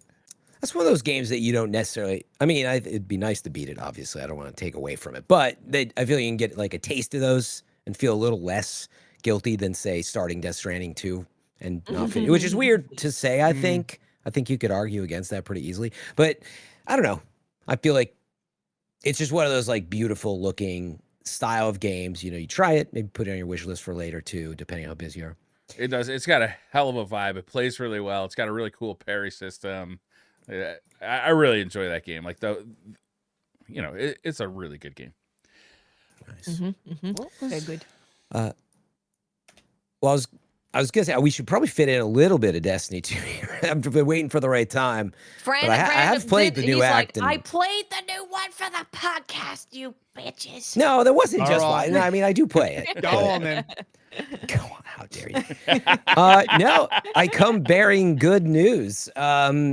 Honestly, like, first of all, Guardian Games, if you remember, we may have covered it a little bit. We're like, oh, there's a new activity, Rushdown. Yeah, you got to remember, I think, what was it, Guardian Games or Summer Solstice, or they usually come along with not much, or you go up to the EDZ and it's floating above town, and you're like, oh, well, whatever. They did a really bang-up job. They launched this Rushdown mode, which is just a quick boss rush mode. But what it is they just take, like, you'll go from a boss as part of the Lightfall campaign to a boss from, actually, you go to a piece of the Leviathan raid. You go to, like, several different locations, and it culminates in, actually, yeah, you're fighting Riven in a boss room at the beginning of one. And so that's actually all free content. And I was just surprised. I had to definitely react to it and put out there that if, your vault's not full, just seriously, I know I bring up a lot, is the worst part, all the loot and dealing with it. But just jumping in for 20 minutes and playing the Guardian Games Rushdown, I was like, this is great. They did a really good job. Guardian Games. This is part of Guardian Games. Yeah, they launched Rushdown as part of Guardian Games, and it's a brand new activity. And so I know, like, even as you try to process that, you're like, wait, what are you talking about? Don't you just like play the Crucible, Supremacy, what was and go? The one with the raid bot? What was that called? When you did it with raid bosses. So it's like that. But Well, the not Pantheon raid last year. Pantheon. I mean, that is way more involved and complex. I actually didn't do Pantheon, but that's like doing the raid encounter in different orders with different stuff. And this is literally, you'll just be like, I'll just give you an example. It's like you're fighting. It's actually one of the sections from maybe it's Witch Queen. It's like, is it Riven, or you have to tell me, but it's like one of the what do you call them again? Cars. Yeah, you're like, isn't that Riven that you're fighting? But anyway, you're in just like a boss room doing that fight behind the pillars, and then boom, next thing you know, you're in one of the Lightfall like final story locations, and then boom, you move on to, where else did we go? Oh yeah, Leviathan. That one surprised me. You're in. How do they do the transitions? Is it like a teleport or a transmat or loading screen? It's definitely a loading screen, because I remember saying like, oh, that loads reasonably fast. I'd have to go back and look at how they do it. I would say that it's not too disruptive or anything. I mean, Destiny's always loading between stuff when you don't even think about it, I think, as well. So, but it's fast, actually. Like, you don't just sit there in orbit for a minute, if that's what you're wondering. And it's fun. And so the whole deal with it is it like escalates in difficulty as you go. And so it's similar to modes they've been experimenting with, where it's like, okay, hop in. There's actually 3 different playlists. So one is called like the warm up, which no modifiers. I didn't play that one. I think it's probably a lot easier, but it will, as you go and try to make it to, I think there's 5 encounters for each run. 5 boss rooms that you go through, but each one of those things get a little more difficult, and you're trying to keep time on the board, don't die, etc., so you get more rewards, as well as make it all the way to the end. And I played the one in the middle. I didn't play expert mode, so I guess the regular mode. But yeah, I would just say I only played it once, so it's not like a full review. It's one of those things that you might want to go in and pick apart. But I was surprised, and to me, that combined with what they've been doing with this episode, the axe, the nether, some roguelite elements. Also, they've added, if you remember, they added mods that you'll earn as part of the season that are expiring Not that in the past that was everybody's favorite, but now, right, they're encouraging you to be like, hey, like just play with the most recent guns because it only works on like guns that have the recent perk. What's that last part of the perk tree called? TrueVanguard, help me out. The origin trait? The origin So, trait. like, Thank yeah, you. unique origin trait for the set. Yeah. Yeah, so they do that where this mod will only work with these origin trait sets, and so meaning there's like a lot more synergy to all of that. But anyway, this was Guardian Games, and you're just, like surprisingly just hop in 20 minutes. You might be surprised. Just have a little Destiny fun. If you haven't hopped in, it doesn't need to be a huge investment. And then, obviously, Act 2 launched, and with that came Court of Blades, which is another thing on top of the Nether. Court of Blades. Act 2 of which episode are we on now? Act 2. Well, sorry, episode 3, and we're on the second Act act. 2. And didn't they also add a new Nightfall weapon? Like it's a rocket sidearm. void rocket sidearm this time around. Yeah. Yeah, so it's a void rocket sidearm. I don't have it yet. You can get, what is it, Lotus something? You can get destabilizing repulsor brace and stuff like that, withering gaze. But meaning there is no rocket sidearm for void yet, so it's probably goated. Yeah, it's going to be a big deal for sure. Yeah, so I would just hop in and grab that. I mean, even if you're planning on playing Frontiers, it might be worth hopping in this week. I think Chad is saying it's called Lotus Eater. So yeah, I mean, it's got a lot of good stuff. Warframe reference? Yeah. Maybe. Oh, is that why Chad's saying it? Well, yeah, there's literally a mission called Lotus that you don't Warframe.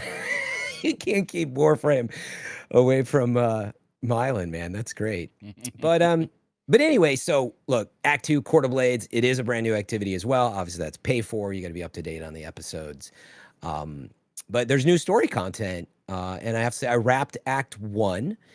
And I just, I think tonally, it's just in a pretty good spot this episode. So again, if you're looking for more Destiny, I think it's a really good episode overall. There are obviously, like any season, there's stretches of where you want more or you stretch this mission out. It took too long, but in a pretty good place overall. And then, there was, you may have heard, they accidentally launched, what is it? Rites of the Nine was this new activity. What is that about? Yeah, they talk about it in today's TWAB. But basically, they, some pre-production stuff slipped in. This was like unfinished weapons, unfinished icons, some of the activities that this is supposed to launch later, I think in Act 3, right? I got to double check when it launches. But long story short, though, it was not supposed to be in there. People were getting in the activity, getting weapons, and they're like, whoops. So that's already gone and fixed, I believe. But they did say they're like in this zone of where like, well, we can't piss anybody off, so you can just keep those weapons. Like, they're not supposed to roll that way, they said. So they have like just temporary perk combos. And some people I think were getting like totally mismatched, like chill clip on a void or something and stuff like that. Yeah, like so a little like classic whoopsies. And I know people were getting kicked as well at times, so it seems like they have some instability issues. But putting all that aside, wait, did the activity come out or just the loot come out? The activity, Rites of the Nine, I believe, in full. Like people were hopping in, doing it, and even like stuff's unfinished, what's the untextured. activity? Oh, I have to get a description for Rites of the Nine, but I believe it's similar to what we've been talking about. You're going to be doing it's a best of dungeon collection per, I don't know if it's week or right, but you'd be going to I don't know if it's weekly, maybe it's more quarterly, but you'll go to like, I think it's just encounters from each dungeon. Is that right? That's kind of cool. I got to go look. Older dungeons. Yeah. I got to look that one up again. It was from a previous TWAB, and well, it's not out yet. So, okay. So anyway, I don't know if you guys have any questions about it. I kind of blazed through it, but really my point was last week I said, hey, Myelin, right? Like you're playing Warframe now, and that's a 12-year-old game, and if it can bring people back or find new players, I was like, why can't Destiny do it? And I think it's still a question, and people have a lot of like just fatigue with Destiny. I think it's the real thing, and they want to see significant changes.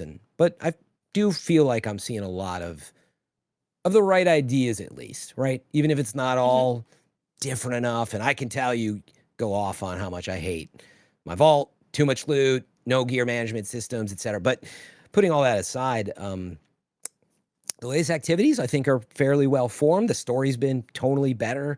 This rushdown surprised me, and they're also more difficult.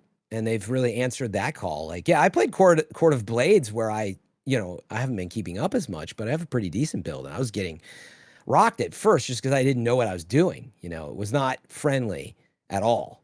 Rushdown is a bit more friendly. So I think it bodes well, at least for Frontiers, because this is just episodic content. Yeah. You got to imagine they're putting 3 times as much energy, quote unquote, to just making that up, into something like a new expansion. So I don't know. Does that make sense?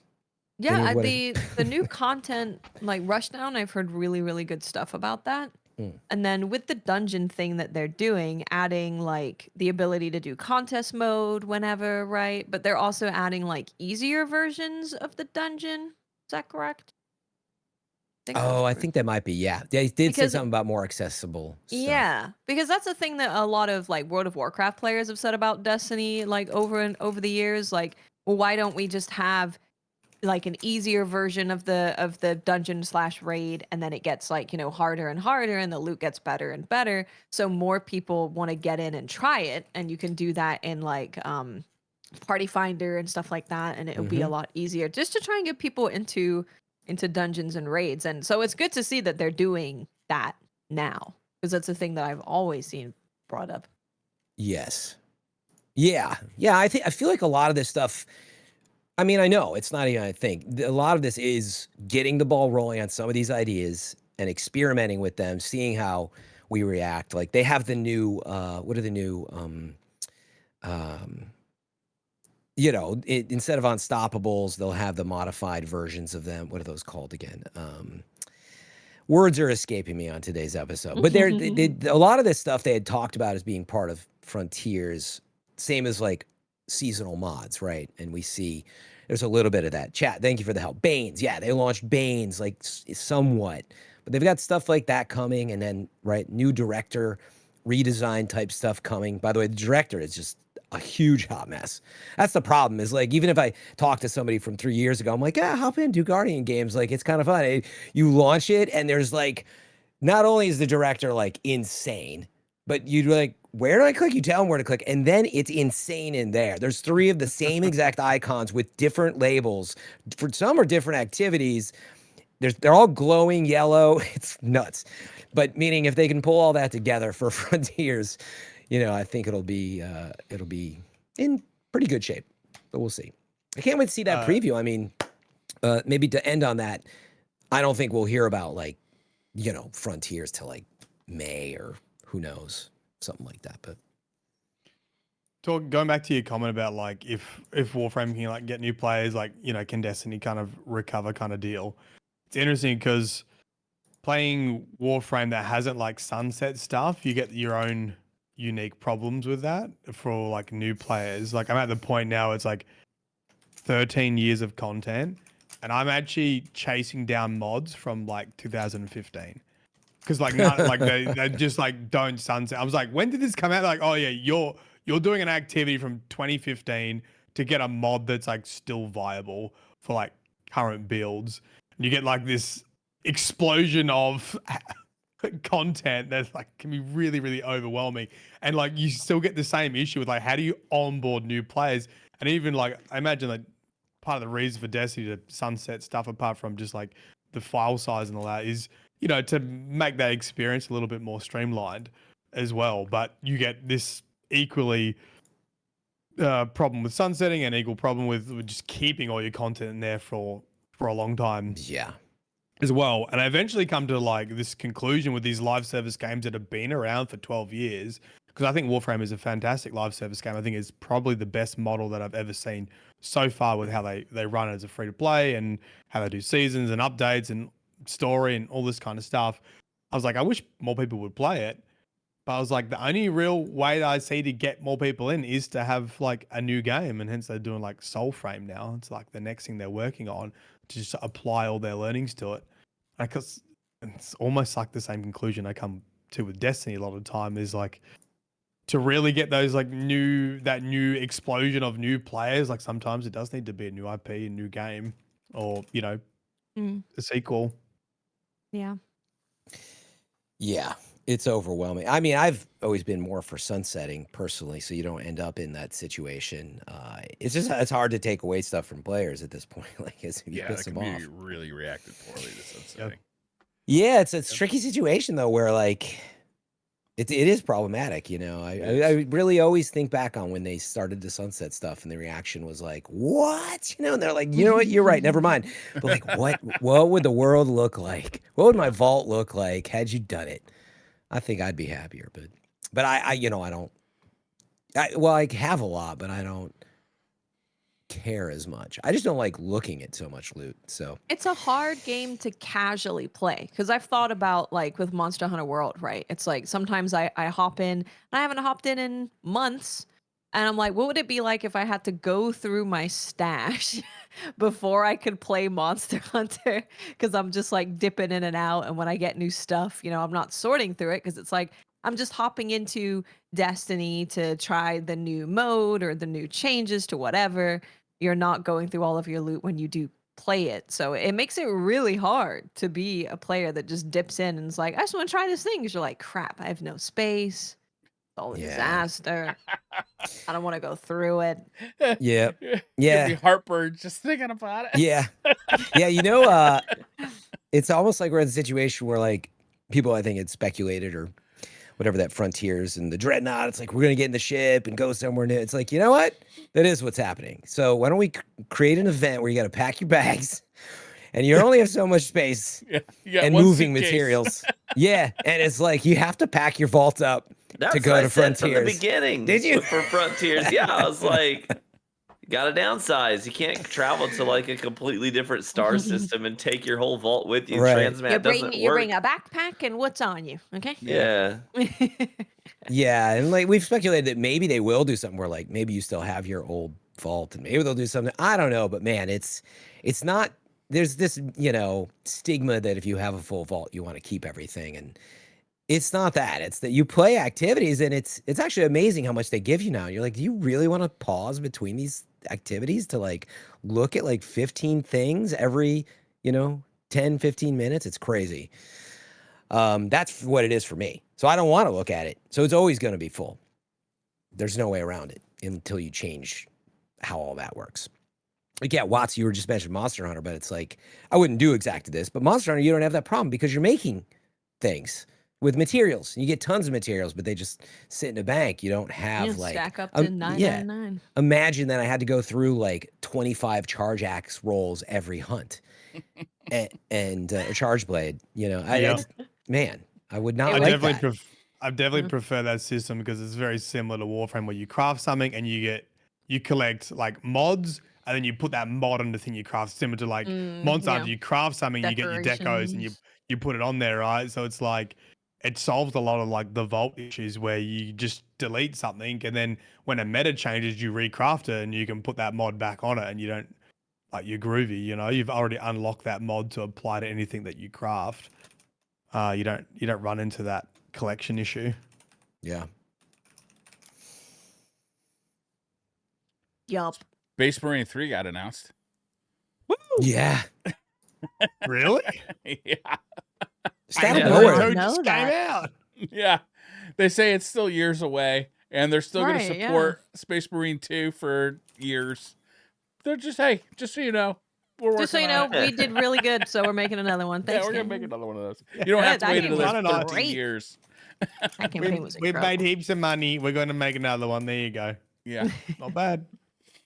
Yeah, it almost did feel like, hey, I know last time we kept you in the dark for over a decade. We're not going to do that this time. Yeah. We'll announce it 5 years early. I was wondering, was there any other community thing that they would have needed to really do it for the community? Because I have a feeling it's probably more on the like Games investor Workshop and does or stuff constantly for their, because they got the plastic figurine game. Right. So they're constantly doing press releases for that. So I think it was in one of those. Oh, maybe. But yeah, meaning like a lot of times when this happened, it's more like they're going to be hiring and they just want to say it. They also have investor meetings and public. I don't know who published it. I forgot. It was oh man, they do SnowRunner and expeditions and all that too. Why am I blanking on everything tonight? I need some food. But anyway, I feel like there's usually more for that. I was wondering if there was anything in the community that they were like trying to feed the community on Rest. Sounds like not. Nothing comes to mind that I saw, but I'm not super rooted in the in that side of the community either. Yeah. Oh yeah. You've swapped to Marvel Rivals full now. That's right. I'm full blown addicted. So is my wife. Oh really? Whoa, Yeah. you're winning now. Yeah, we play a lot. We play Rivals like most nights together. Tefty's playing too with me. Is he? Is Mm-hmm. Really? Yeah. I just crossed Is- 400 hours. Wow. Is there a Hey. Is there a point in video gaming where it becomes a negative to have both adults in the household addicted to a single game? No, You know, it's only good. There, It's only all good, good, mate? Only baby. good. when you only have good small things. children and you're neglecting the Maybe. children, that's when you. Yeah. You got We- too Yeah, far. the kids. Steph and You've got a I- kid crying. You're like, it's just after this match, honey. Let them cry it out. Yeah, our gaming time is after the kids go to bed, so there's never any clash there. Yeah, I think it's great. Got all Yeah. the stuff you can talk about, you know. It was Yeah, we one do of the fun stuff. vectors of attack on World of Warcraft. I remember years ago was people like neglecting children because they're so addicted to the game. Yeah, that's not great, but No. Steph and I have been doing this fun thing where I was working on some content for the Scarlet Witch, and her ultimate like deletes everything in range, period. But the thing is, it has a really long wind up, so you've got a lot of time to react to it. So timing it perfectly is really difficult. But Steph plays Jeff, the land shark, Yeah. and so his ultimate is I that love Jeff. he'll gobble everybody up and he can spit them out. So she'll gobble as many as she can, get them in her mouth, and then I'll pop my ult, and I'm doing the big wind up, and right as I get to the end, I'll go now, and she'll spit them up into the air, and then I just bam delete all of them. So you get that combo effect. It's really fun. Very I've nice. seen Real-time I've seen comms. a video of that. It looks really cool. Yeah, she found it on TikTok. She's like, "Look at this, Yeah. we gotta do this." I was like, "Oh, Yeah. I'm in." I saw it on TikTok. Yep. TikTok. Wait, that's TikTok. The tiki tiki. Yeah, but it's After been you're- fun to play together. Wait, so you both playing on console or one of you on PC? No, one's on console? PC. No, Both on PC. PC. Both on PC. She only games Right. on PC. The only game I've played on console in the recent like years has been Destiny 2. Everything else I play is on PC. And since I'm not really playing any Destiny 2 right now, everything I'm playing is on PC. So You got a good Yeah, right. PC. You might as well Yeah. see games looking beautiful and running at high frame rates. it's funny to get those comments every now and then where people are like, what, on my videos for Rivals, they're like, wait, whoa, this is M&K. I'm like, yeah. Like I thought you played just Destiny, man. Just Destiny. Yeah. I mean, I'm guilty of that too. I always think of you as a console player just from years of Destiny. Yeah, that's the only thing I play on console. And even then, like I just hopped back into Destiny I wanted to try the new dungeon, but I was like, I don't want to have to do the whole update thing on the PS5. But I didn't have the like season pass on PC. So so I reached out to someone at Bungie, a friend. And I Yeah. was like, hey. They're like, yeah, I'll hear. He got back to me within like 10 minutes. He's like, here's a code for PC. I was like, yay! So I got to play the new dungeon on PC. Yeah, that's a small ask considering how much you've covered that game. So Yeah, it's like it's fine. because I I was said just no. gonna. Well, it was Hovey that was like, just ask him, and I was Yeah. like, I don't know, is that overstepping? He's like, no, you've been a part of the community for over 10 years. Not even Just- close. Yeah, that's good. Good. Anything else we want to talk about today? I'm excited for First Berserker Kazan. That's all. I got a review code yesterday. Is that releasing soon? So it's March 24th is when early access starts for the thing we hate, where if you spend more money, you get to play it early. Mhm.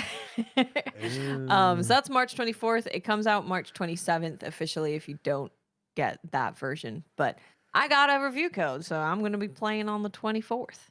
Nice. Is their demo still up for Okay. people to play, or was that a It limited time? should be. I think that's one where they were keeping it up the entire time. I will double check. Yes, it's still there. The demo is still there. You can play it, and your progress carries over. So Okay. there you go. Couple weeks. Less than a couple weeks. Week and a Really half. excited. Really excited for First Berserker Kazan. Yeah, I gotta play that Yeah, demo cool. still. It's really, really good. I got a couple of demos I gotta play. Neon Inferno. Have you guys heard of this Neon Inferno? This is totally like a 16-bit like game, but Neo haven't seen it. Inferno. Neo Inferno. it's kind of like a cross between like a beat 'em up and like a, I don't know, almost like a Metal Slug style shooter. I or have a seen Conquer this. kind of Yeah. thing. I It's have really seen pretty. this. It's kind of got like a 16-bit style of graphic. Oh, it looks fun. They got a demo up right Oh, Yeah, now. it yeah. looks great. Oh, I do also. I've had access to this for like a week, so I feel a little bad. But I have the demo for Clara Obscura Expedition 33. Oh, sweet. Ooh. So I will play that before next week's show, and then I can talk to you guys about it. Heck yeah. Wait, when Is- is that supposed to come out? It's like April, April isn't 24th. it? Nice. Yeah, it's pretty soon. Yeah. Pretty soon. My little French RPG. It looks so cool. Are you gonna play in French? That's pretty I gotta good, say, Fran. That's pretty good. It was pretty I good. love I'm part that- French. I don't speak it. to show He their puts the Fran in French. to show their French voice actors. They had it was like the Baguette trailer, and they were wearing like very stereotypical French outfits to Love show it. off their like French voice actors. Yeah, that's cool. awesome. No, Yeah, the game pretty looks nice. cool, and it yeah, they had hands-on, and I think for the most part, people, it was pretty cool. Yeah, I remember the Xbox Direct. Just they showed more gameplay, and I was like, this looks really unique and neat, and more like taking a JRPG. But yeah, jokingly, I'd say they made it a FRPG. Yeah, Seems I always say pretty that neat. everything that I've seen of it is it's clearly like a JRPG that is made by fans who really understand that style of game, and they're doing their own thing with it, but maintaining that like core kind of experience that you Yeah. get with those games. It's great. It's I'm about to be- excited. I'm excited to play it.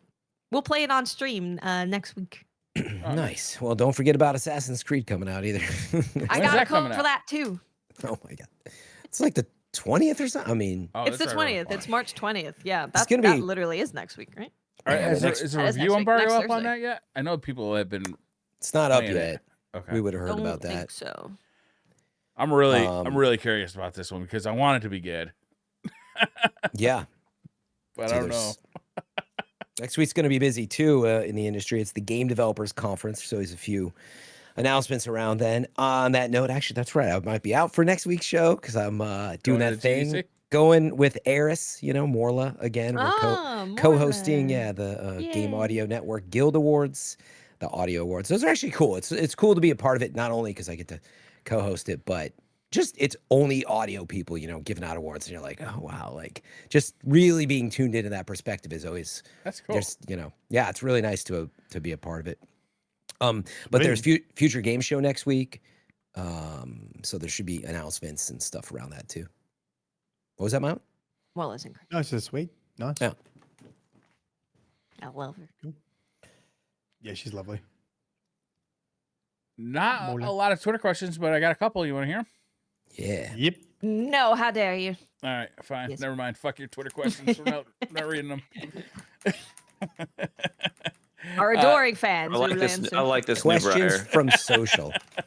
Oh, and if That's we right. could do the thing with if you want to ask questions for next week's show, put it in the YouTube comments. I Yes. could check them. Yeah. If you want to do that, She'll definitely remember. I'll remember. Soul Invictus 1997 says, which element in Destiny would you use in a fight against the Hulk? My answer is stasis because I don't think people understand just how broken sapping all energy from someone actually is.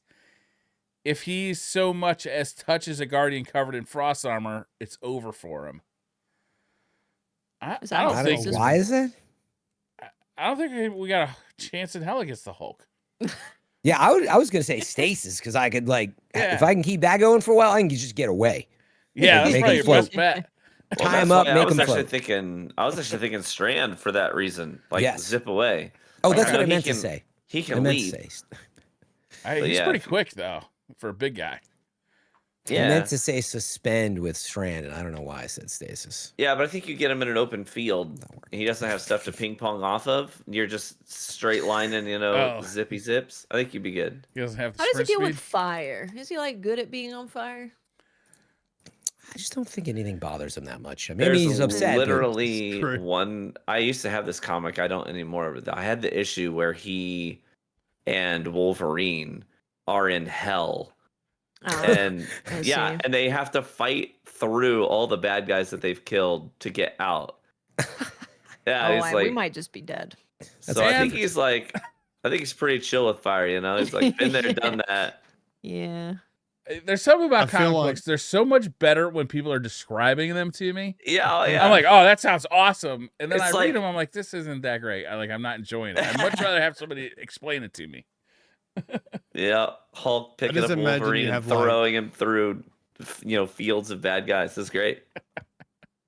You have like strand or something, and then he'll just grab the strand and like Loki you, just do that like Yeah. bing, bing, bing. Just like Bing bong.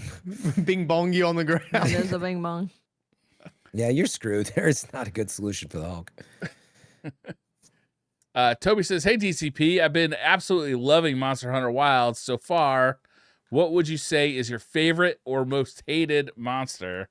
I really like Duna and hate Kutkus with a passion. Cuckoos. Young cuckoo. How am I supposed to know to say that? Bonus question: do you think there will ever add 6-player hunts to Monster Hunter? Almost like a Monster Hunter raid. Favorite is hard because I have a lot in Wilds. Like new ones, I would say probably like Arkfeld is really fun to fight, and Ray Dow is really fun to fight. Just like the fight is really fun. Duna, I love the way that he uses the arena. I think that's really well done. Returning ones, I mean, and also pretty far up there is Rathalos. They did Rathalos incredible in Wilds. He is so good. Love him in Wilds. Monsters I hate, I don't really hate any of them, to be honest. Like I really don't. I've had a good time with all of them. Yeah, they feel so good. I had a good time with Ray Dow. I mean, I haven't played as much as you guys, but Ray Dow still has been my favorite so far. Yeah, it's funny. Like going back to what we were talking about, it's like I've played 75 hours. I'm like, I haven't had enough time with them. Like, and it's serious though. Like, but again, I'm kind of taking it slow play. But out of the time I've spent with folks, I mean, I just love, the arena fight with Jin Dahad, so to speak, like using that world. And I was just so surprised at how that works when stuff starts happening in the game. But I had some really like surprising moments where he's just got some sort of unstoppable type mechanics where you're like, oh my God. I love like a huge monster, but it's such a different fight. It's like this lumbering huge monster versus like the ones that are a little more 1v1. So on that front, man, I don't know. I just want to say Gore Magala only because I'm just enamored with how cool it looks. He's very cool. He is a very sexy monster. Yeah, it's like such a cool, The one time that I badass called looking monster. like some monster in the game sexy, and everyone's like, yeah, he is. That's a sexy man. Yeah. It's gorgeous. 6-player hunts, I don't think so, because the thing with like the way that these games are created is they want to, and they've talked about this before actually when people have brought it up, they want to maintain that players have a relationship with the monster when they're fighting it. And the more player you add to that dynamic, the more players might just be sitting there not doing anything or not really having much of an interaction with the monster. So I don't think we'll see any more people like individually. You guys doing a great job over there. Nice. Good way to go. yeah, you just sit there. Yeah, I'm out of control. But Endemic I control. definitely do think that they're gonna do something very interesting with like the raid type of hunts that they have in Monster Hunter, where because you can have 100 players in a lobby. So I think that with Software Jeever, if you guys aren't familiar, and those kind of hunts is you're all working together with all the people in your lobby. to whittle down a monster's health and eventually kill them. And that's like part of it's a whole thing. So I think they're gonna do something pretty interesting with that because yeah, you can have 100 people. So I'm excited to see what that ends up being. Yeah, because technically in World you have like 2 teams of 4, right? And you're working towards the same goal. It would be that what it 16 is? total. So 4 times of 4. yeah, that would be the max amount of people. Yeah, working towards a goal. Oh of yeah. taking down the monster. Yeah. Yeah. Okay. I'm excited for all that stuff. I think it's gonna be real good. Mm-hmm. All right. I think that's going to wrap this one up. Alrighty. All right. Thank Thanks you, all for everybody. joining us. We'll see Yeah. you next week. Have a wonderful Thank weekend. you. Be safe out there. Bye, everybody. Goodbye. Bye. See ya. Bye.